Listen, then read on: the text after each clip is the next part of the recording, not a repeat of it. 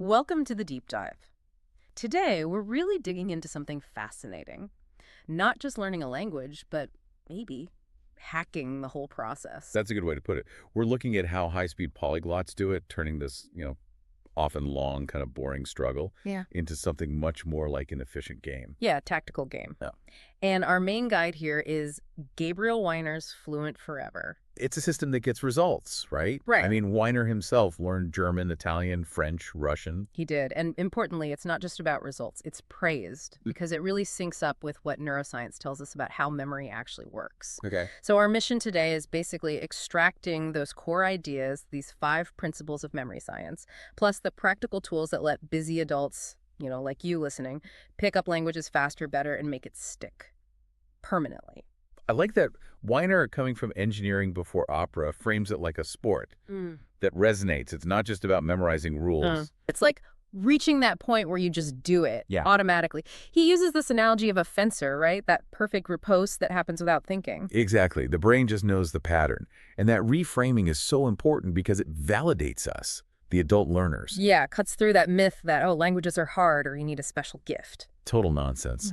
I mean, any kid learns their native language perfectly. The challenge for us adults isn't ability. It's finding an efficient path that fits into a busy life. We need that efficiency gain. And Weiner's own story, needing languages for opera, needing them fast, that kind of proves the method works, doesn't it? Okay. Especially that famous cheating story. Oh, yeah. The Middlebury anecdote. It's perfect.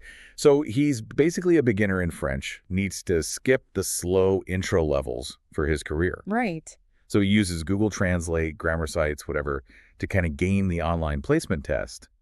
Gets put into this intermediate group, which must have been terrifying. Absolutely terrifying. And he only had, 3 months? 3 months before the oral interview, where he'd have to actually speak French. It's like a whole year of college French crammed into a summer. How did he even manage that? Well, he used the system we're about to unpack, really focused. Just an hour a day, mostly on the subway. An hour a day. That's it. That's what he says. And crucially, his flashcards, like 3,000 of them, had zero English. Just sounds, images, simple French definitions. Finding it directly. Directly. And by the interview, he was stunned he could actually, think and respond in French. Maybe haltingly, but enough. They bumped him straight to the advanced class. Wow. So it was the system, the efficiency, not just brute force hours. Exactly. The system did the heavy lifting. Okay, so that efficiency is possible. But you mentioned earlier we need to define fluency. It's kind of a vague word. Totally vague. Weiner really stresses this. You have to decide what fluency means for you. Is it chatting in a cafe? Or is it like lecturing on quantum physics in Paris? Right. Very different goals. He even shared his own experience with German. After 6 years in Austria, pretty fluent, right? You'd think so. But he still had to kind of dance around words to explain a broken rental car part.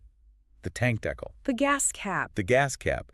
So even highly fluent people have gaps. It shows fluency isn't just on or off.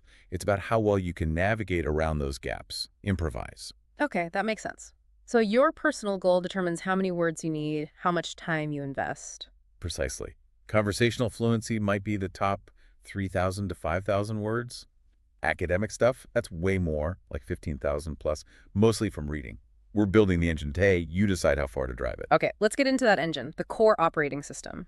You mentioned Weiner uses that matrix analogy, Neo instantly learning jujitsu. Yeah, like uploading skills. We can't quite do that, obviously. Yeah. Not yet.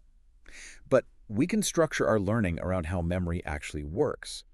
These 5 principles Weiner outlines, they're basically the science behind making learning stick, the blueprint for something called a spaced repetition system, or SRS. Okay, so where does memory even live? Is it in the neurons? Well, that's what scientists used to think. They'd look for it inside cells. But experiments, like with rats in mazes, showed something different. Damaging parts of the brain didn't erase the memory entirely. It just slowed the rat down. So the big realization was memories aren't in single spots. They're patterns, complex webs of connections between neurons spread across the outer layers of the brain, the cortex. It's the network, not the node. Exactly. And the rule for building that network is often summed up by Hebb's law. You probably heard it. Neurons that fire together. Wired together. Right. That's the foundation. Think about remembering a cookie, like Weiner's example. Okay. It's not one thing. It's the smell, the taste, the warmth, maybe the sound of milk pouring, the feeling of sharing it, all those different brain areas firing at once. Ah, so they all get wired together into a strong memory web. Super strong. Compare that to trying to memorize some random foreign word like you're. Just a sound, no connections. It's weak, easy to break. Which leads right into principle one. Make memories more memorable.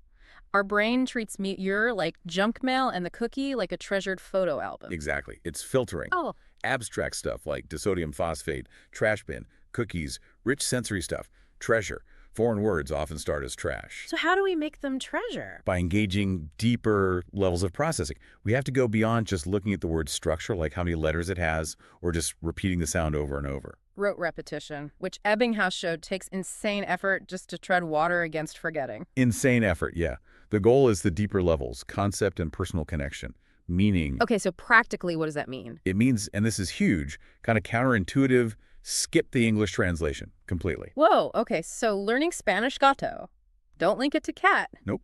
Link to sound gato directly to an image of a cat. And not just any image, right? Like, make it personal. Yes. Yes. Use your cat, or a famous cat, or imagine a cat doing something totally weird and memorable. You're hooking that new sound onto a strong existing network in your brain. Like Weiner's example of remembering the name Edward by picturing Edward Scissorhands. Perfect example. Yeah. You leverage existing strong memories, maybe even emotions associated with them.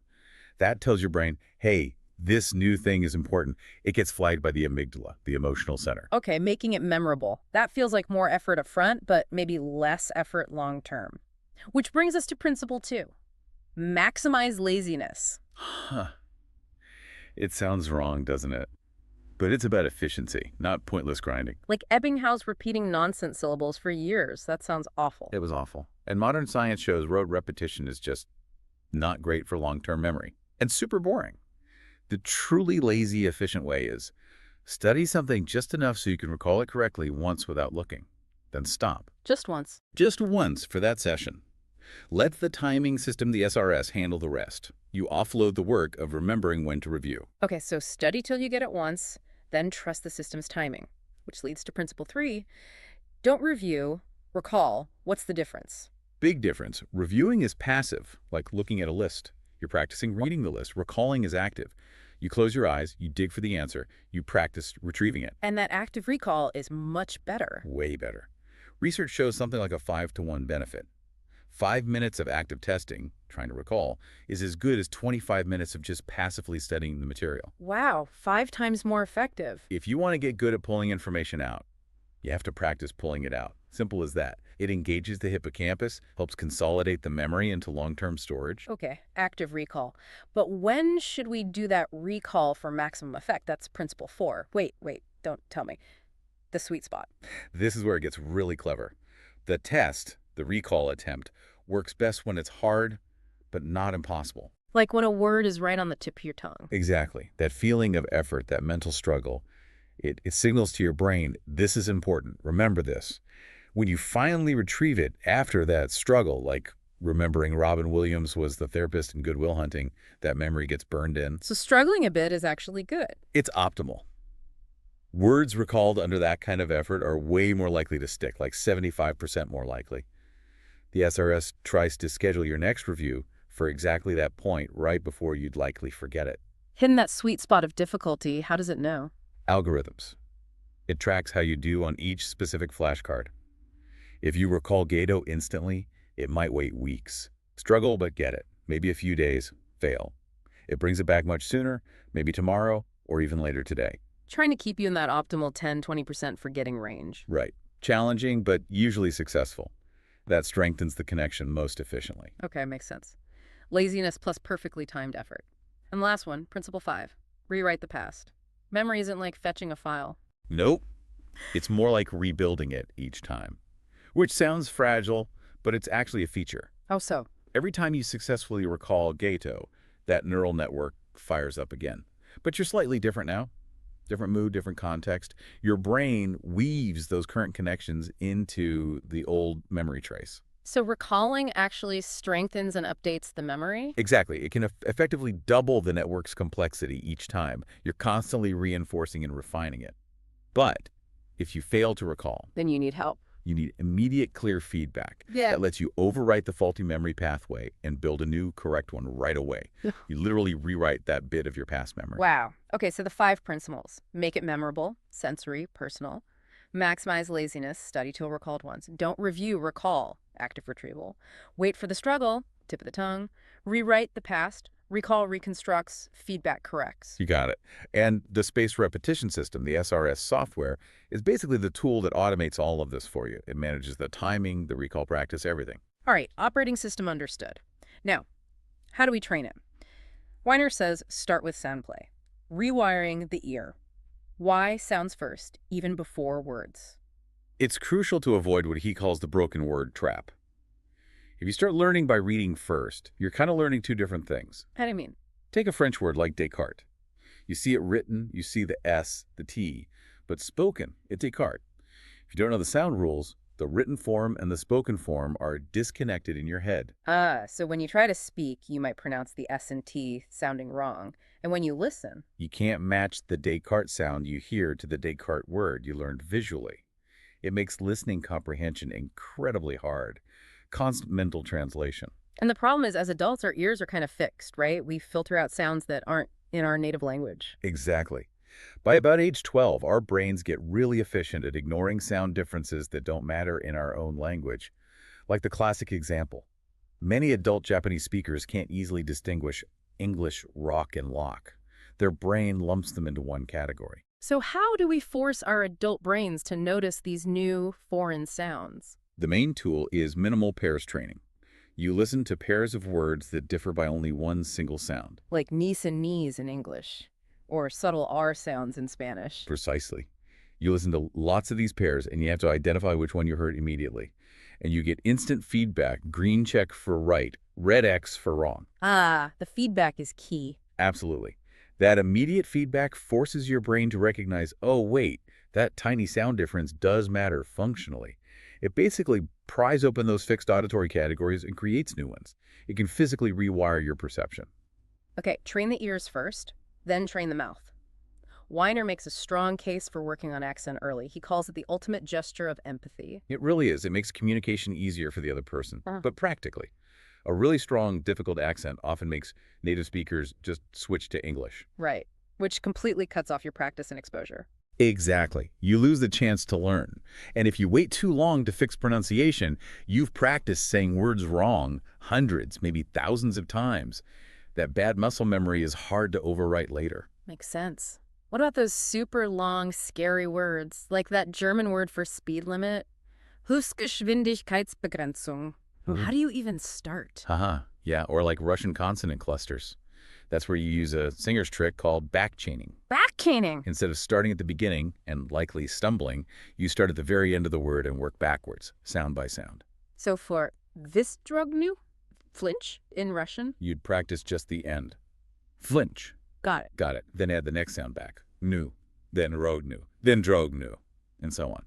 So you're always practicing the end part perfectly as you build towards the beginning. Exactly. It builds the muscle memory smoothly without the usual frustration and stopping. By the time you get to the beginning, the whole sequence flows more easily. Clever trick. Okay, ears rewired, mouth getting trained. Now, wordplay. Hearing the symphony. And this is where you said we absolutely ditched translation. We have to. Because translation just gives you the notes, maybe. It strips away the music, the feeling, the connections. What do you mean by symphony? When you, as an English speaker, hear dog, it's not just the sound. It triggers a whole network. Images, feelings, maybe grammar rules subconsciously, cultural ideas about dogs. It's rich. But if you just learn that the Russian word sobaka means dog, all you have is that one-to-one link, a label. Like an out-of-tune horn solo, Weiner says. Exactly. You don't get the Russian symphony connected to sobaka, what Russians associate with it, how it's used grammatically, culturally. You miss the embedded context. So we need to build that native symphony from scratch, starting with foundational words. Right. The foundation vocabulary. Focus first on the most common words, specifically around 625 really concrete nouns, verbs, adjectives, things you could easily picture. Like dog, car, run, sleep, big, small. Exactly. Because they're concrete, you can learn them with pictures, not English words. Sticking to principle 1. And Weiner suggests games to make this stick better. Game 1, spot the differences, using Google Images. Yeah, this is brilliant for understanding the real concept behind a word. You search for the foreign word in Google Images, but set the search language to the target language. So you see what native speakers associate with it visually? Precisely. Maybe you search for the Russian devushka, which dictionaries might just say means girl. But the image results might show something much more specific, maybe lots of posed photos, certain types of young women. Ah, so you get that moment. Like, oh, it doesn't mean quite what I thought. Exactly. That little jolt of surprise, that cultural nuance you uncover, makes the word far more memorable. The amygdala flags it. Cool. And game 2, mnemonic imagery for grammar.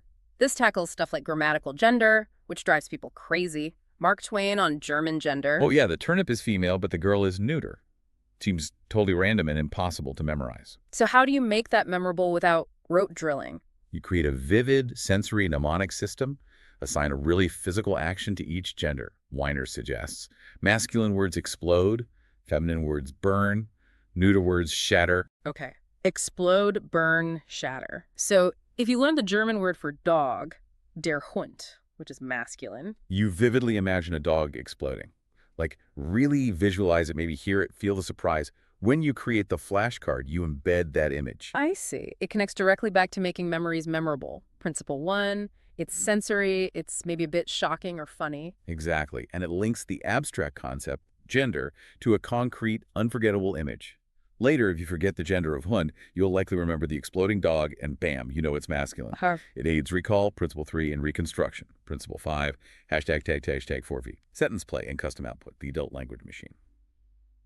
Okay, so we have sounds, we have core words with their concepts and genders linked. Now we move into sentence play. At first, we have to address grammar directly. Ah, grammar. The necessary evil. Some methods say learn like a child, ignore grammar rules. Yeah, that's appealing, but most serious polyglots, including Weiner, agree. Adults do need to engage with grammar consciously. We can't just absorb it passively like toddlers do over years. But we still have that pattern-finding brain, right? The language machine. Absolutely, that amazing machine is still there. Yeah. But it needs fuel. It needs tons of comprehensible input sentences, stories that we mostly understand to figure out the pattern subconsciously. So what's the efficient adult strategy for grammar? Not boring drills, please. Definitely not drills. Yeah. Think of grammar books more like guided tours. You read the explanation, say how Italian plurals work, pizza because it's Pete's. Okay. Instead of doing the exercises on the page, you find 1 or 2 really clear, simple example sentences from the book that show the rule in action. And you turn those sentences into flashcards for your SRS. Ah, so you learn the rule consciously, which satisfies the adult need to understand why, but you practice it in context with real sentences. Exactly. You're feeding memorable, comprehensible input directly to that background pattern-finding machine while also consciously grasping the rule. You see who did what, not just abstract endings. So you might learn the key forms of an irregular verb through a few vivid sentences, not by memorizing the whole chart. That's the idea. Embed the pattern through meaningful examples. Okay, that makes grammar seem less daunting. Now, if input feeds the machine, is that enough? Can we just read and listen our way to fluency? Which brings us to the power of output. Input is foundational, absolutely essential, but nope, it's not enough on its own for speaking fluency. You can get really good at understanding, but producing language well requires practice.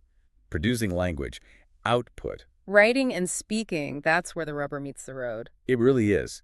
Output forces you to take those patterns you've absorbed and actually use them, retrieve them under pressure. It's the proving ground. And Weiner talks about creating your own personalized feedback system, the self-correction loop, and embracing mistakes. Yes, this is huge. Stop fearing mistakes. Actively seek them out. Why?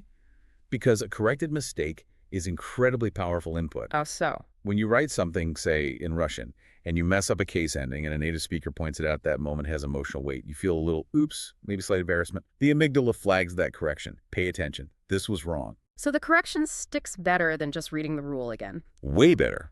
The strategy is write about stuff you care about, your life, your hobbies.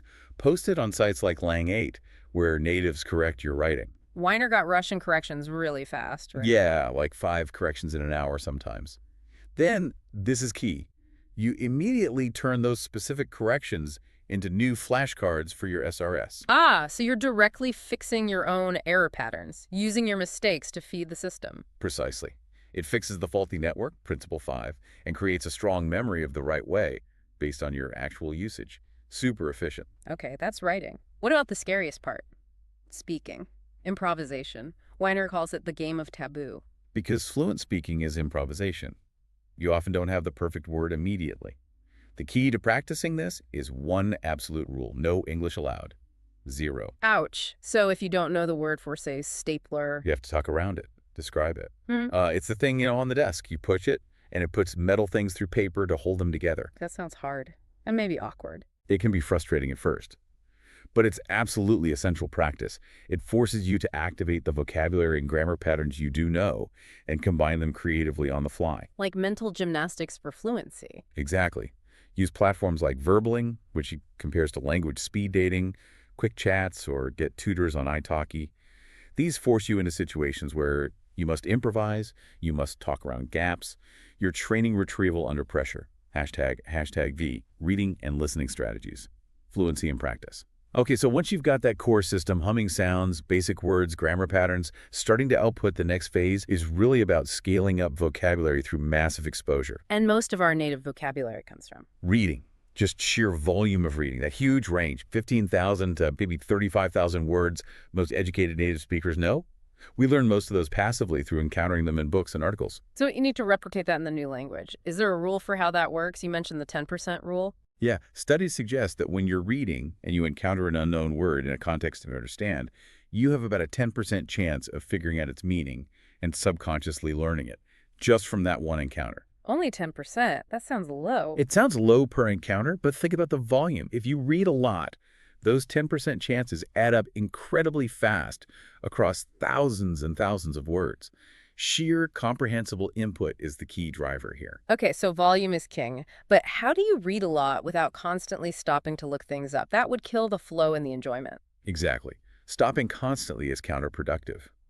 The strategy Weiner strongly recommends is pick books you actually want to read. Could be anything, Harry Potter, thrillers, whatever, and read the physical book while simultaneously listening to the audiobook in the target language. Ah, the book audiobook combo. Why does that work so well? Several reasons. The audio pulls you along, helps you hear the pronunciation and rhythm, and keeps you focused on the story, not getting bogged down in decoding every single word. So you naturally just skip over words you don't know. You have to let yourself do that. That's the crucial warning. Do not stop to translate every unknown word. If you find yourself needing to stop all the time, the book is simply too difficult for your current level. Pick something easier. Because stopping breaks the immersion, kills the 10% rule from working, and just makes it a chore. Totally. You need to stay immersed in the meaning, let the context do the work over time. Trust the process. Okay, that's reading for massive vocabulary. What about pure listening comprehension? Weiner says skip news, radio, or music. Yeah, generally the focus is too low. You tune it out. Yeah. He recommends things where you're actively engaged in following a story, like movies or TV shows. Makes sense. But then there's the temptation of subtitles. Ah, the subtitles trap. It feels helpful, right? Even subtitles in the target language. Yeah, seems like it would reinforce things. But it actually short-circuits the listening practice. Your brain defaults to the easier path, which is reading the text on screen. It lets your ears off the hook. So you're not really training your brain to parse the fast, connected stream of real spoken language. You're just reading along. Exactly. You need to force your ears to do the work. So ideally, no subtitles at all. If you must, maybe target language, but really try without. Okay, no subtitles. How do you make that less overwhelming? Start with TV series rather than movie. Why series? Because you only have to figure out the basic plot, the main characters, their relationships once. Then each episode builds on that familiar context, making the language input more comprehensible. Films require figuring out a whole new world every 2 hours. Good tip. And avoid comedies initially. Yeah, jokes and puns often rely on subtle wordplay that's really hard to catch early on. Stick to drama or action, maybe. And another great tip, before you watch, read a quick summary of the episode or movie on Wikipedia in the target language. Ah, preloading the context. Exactly. You get the basic plot, key names, some relevant vocabulary beforehand. It makes the actual listening experience way less frustrating and much more comprehensible, so that language machine can actually learn from it. That's smart. And does this kind of high-volume listening help maintain a language, too? Absolutely. Weiner talks about refreshing his French after it got rusty while he was deep into Russian. Yeah. He didn't go back to flashcards. He just binged, like 3 seasons of the show, 24 in French. Just watch TV. Loads of it. And that massive flood of contextualized French reactivated all those dormant pathways. He said within a month, he started dreaming in French again. The knowledge was still there, just needed waking up. Okay, so wrapping this up, we've really unpacked a system here. It feels logical, almost engineered, but in a good way. Using memory science, the SRS, to make study time count, Right, cutting out the inefficient stuff. prioritizing sound first, then linking words directly to concepts and images, not English translations, Crucial step. and then actively using the language through output and getting corrections on your writing, forcing yourself to improvise in speech with that taboo game mindset. Making mistakes productively. It's a complete loop. The tangible benefits are clear: better travel, cultural connection, maybe even job perks. Weiner mentions salary bumps, government bonuses for critical languages. Yeah, those exist. 20% salary increase isn't uncommon in some fields. CIA bonuses, things like that. Real-world advantages. But beyond the practical stuff, you mentioned the deeper reward, the bilingual effect. That's really the most profound part, I think. Learning another language physically changes your brain's structure. It builds connections, enhances cognitive flexibility. It's literally strength training for your mind. And here's the really wild part, the paradox you brought up from Weiner's sources. Learning another language can actually make thinking in your native language slightly harder. How is that a benefit? It sounds weird, right? Huh. But it's because that second language network is always sort of humming in the background. Even when you're thinking purely in English, your French or German vocabulary might be slightly activated, competing for attention. Like a constant low-level mental interference. Exactly. You've got this mumbling Frenchman in your head, as Weiner puts it. Yeah. And that constant need to manage interference, to select the right language, to stay focused. It forces your brain's executive function to get stronger. Ah, so it's like constantly doing little mental push-ups for attention and control. That's a great way to think about it. It sharpens your focus, your ability to switch tasks, to ignore distractions, and the long-term payoff seems incredible. This is the connection to brain health. Yeah. Studies consistently show that lifelong bilinguals experience the onset of dementia and Alzheimer's symptoms significantly later than monolinguals. How much later? On average, about 5 years later. That's Ah. huge. The cognitive reserve built up by managing two languages seems to provide substantial protection. Wow. So you don't just feel smarter or more capable when you learn another language. You are actively making your brain healthier and more resilient in the long run. That seems to be the takeaway. It's not just about communication. It's about fundamentally enhancing your cognitive hardware. A pretty amazing side effect of learning to order coffee in Paris, isn't it? Absolutely. A powerful final thought. The journey to fluency is a journey to a stronger mind.